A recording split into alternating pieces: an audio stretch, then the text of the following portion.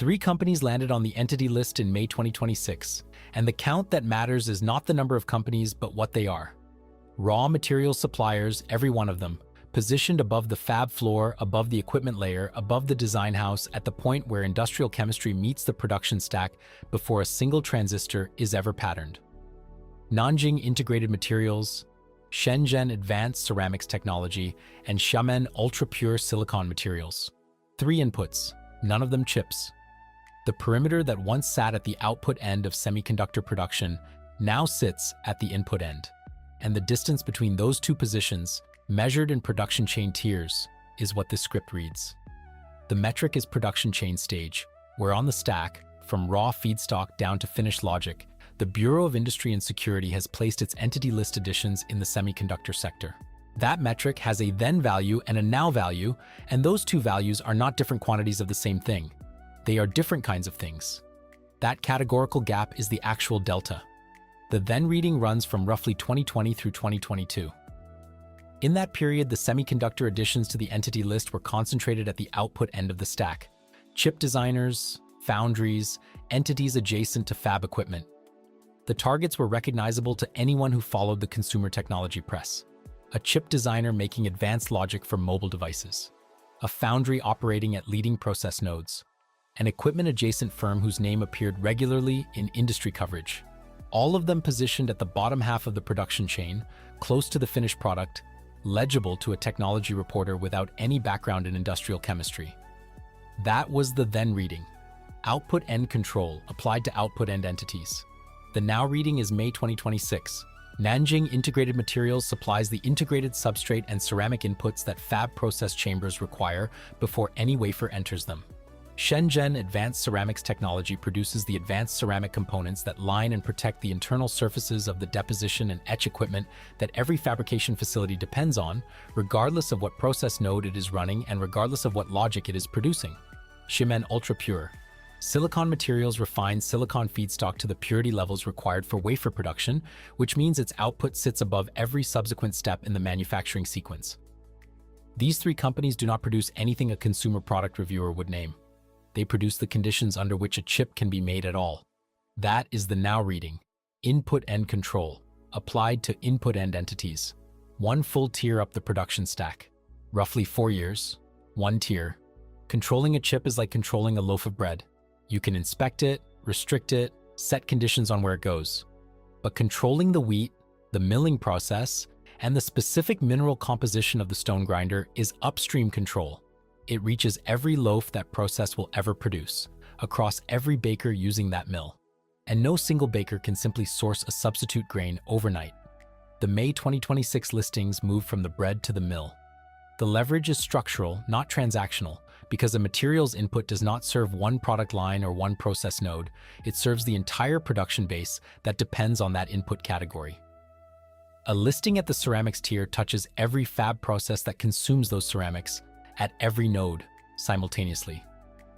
That cross-node reach is what makes the upstream position categorically different from a chip listing, and it is the part that standard coverage of these additions largely passed over.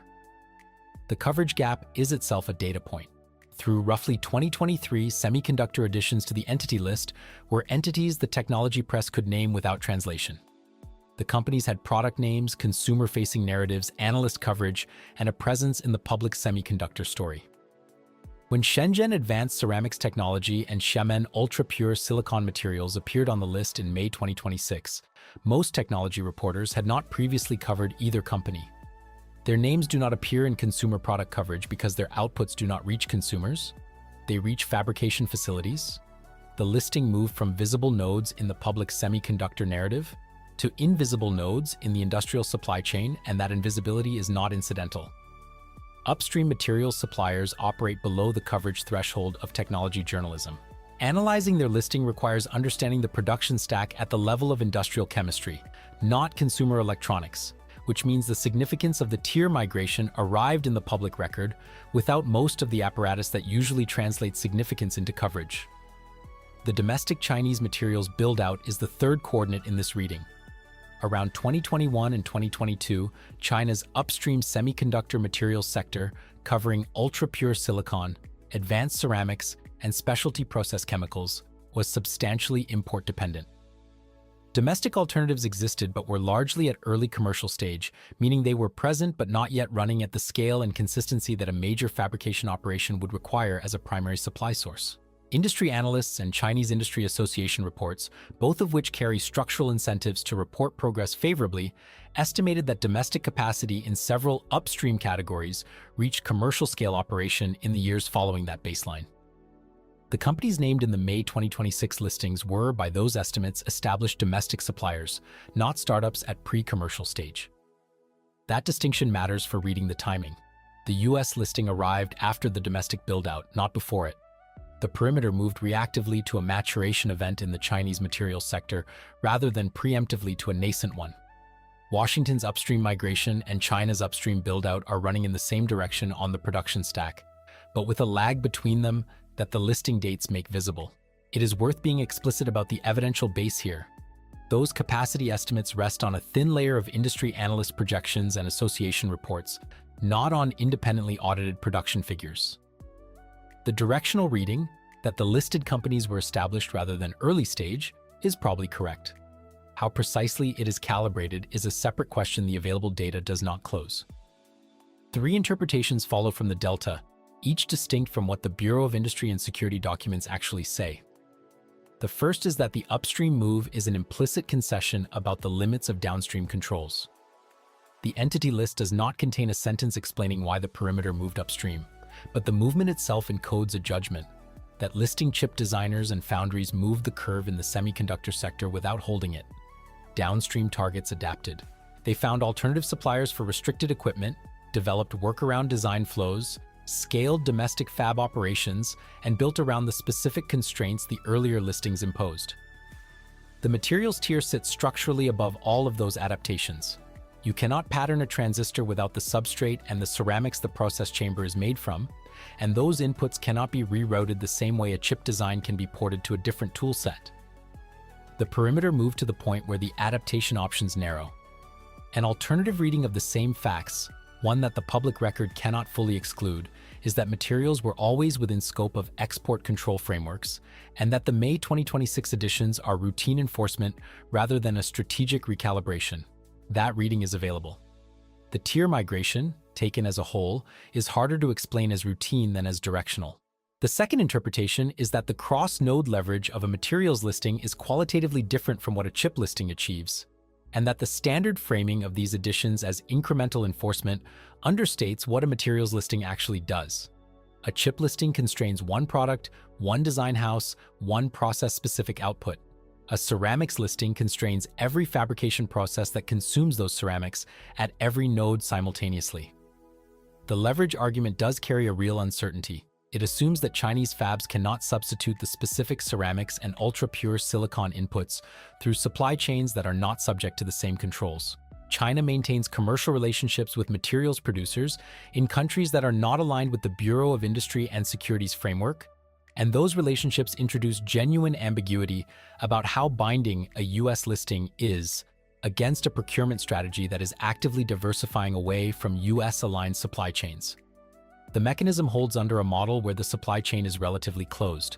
How well it holds against a genuinely diversified Chinese procurement approach is an open reading that the May 2026 listings themselves do not answer.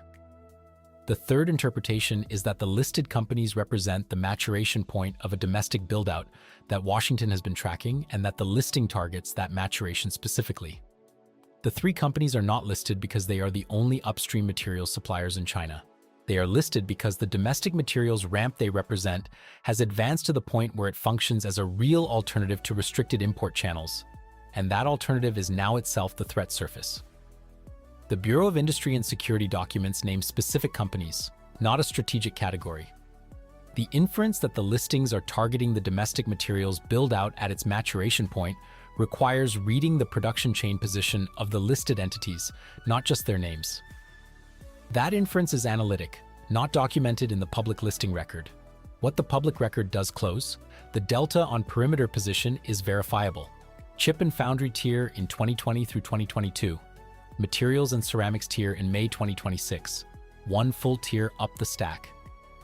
The mechanism behind that move and the leverage the new position actually achieves against a diversifying Chinese supply chain both carry error bars that the listings themselves do not resolve. The production chain stage of entity list semiconductor additions ran at the output end of the stack through the early 2020s. It now sits at the input end. The direction of that movement is unambiguous in the public record. The question the direction opens is how far upstream the next cycle reaches. Precursor chemicals sit above the ceramic and feedstock inputs. Specialty process gases sit above the precursors. High-purity quartz components for process chambers sit above those. If the fourth quarter 2026 Bureau of Industry and Security update cycle adds entities from any of those categories, the instrument will have traced not a step but a line. A line has a direction, and a direction has a next position.